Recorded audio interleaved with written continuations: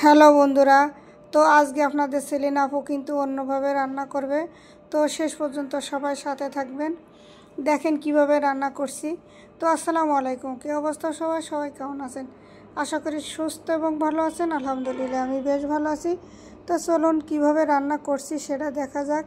তো আজকে কিন্তু অনেক বড় একটা সিলভার মাছ ছিল, তারপরেও আমি কিন্তু টাটকা, তারপরেও কিন্তু আমি কাঁচা রান্না করিনি, এটা আমি ভেজে রান্না করব, ভুনা করব। যেহেতু প্রতিদিন আপনাদের দেখায় আমি মাছের ঝোল, পাতলা ঝোল, সেলিনা আপু কাঁচা মাছ খাই। আমার একজন কমেন্টে বলছিল যে আপু আপনারা শুধু কাঁচা মাছ খান আর কাঁচা মাছের ঝোল খান। আসলে কি বলবো আপু, আমরা কিন্তু সাতক্ষীরার মানুষ, আর শুধু আমরা না, প্রত্যেকে আমাদের এই জায়গায় কাঁচা মাছ খেতে অভ্যস্ত এবং কাঁচা মাছের একটু পাতলা ঝোল খেতে অভ্যস্ত, এবং এটা খেয়ে খেয়ে কিন্তু আমাদের মুখে স্বাদ লেগে আছে, এই জন্য এটা আর পরিবর্তন হয় না। তো আশা করি আস্তে আস্তে পরিবর্তন হবে।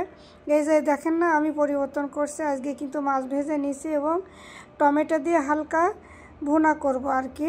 সব মশলা অ্যাড করছি একসঙ্গে করে, এই যে হালকা করে পানি দেবো একটু, যাতে একটু পানি ও মশলা ওর ভিতরে যায় আর কি। এইভাবে আজকে রান্না করব।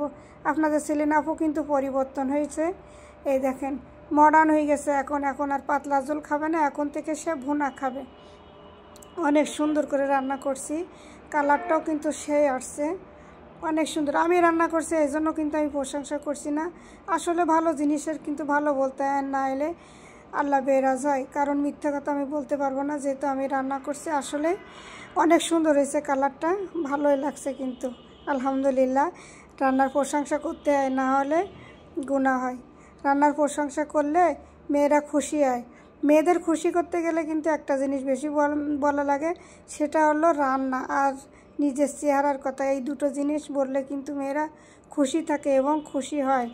তো আমি সেটাই বলে দিলাম। আপনারা বন্ধুরা যে যে জানেন না সেটা আপনার কাছে শুনে নেবেন, আমার ভিডিও দেখে বুঝে নেবেন, শুনে নেবেন যে সেলিনা আপু কী বলছে সেটা ফলো করবেন, কেমন? এই দেখেন, আবার সাথে একটু মাংস ছিল, সেটাও বের করছি, যেহেতু রাতের খাবার এটা।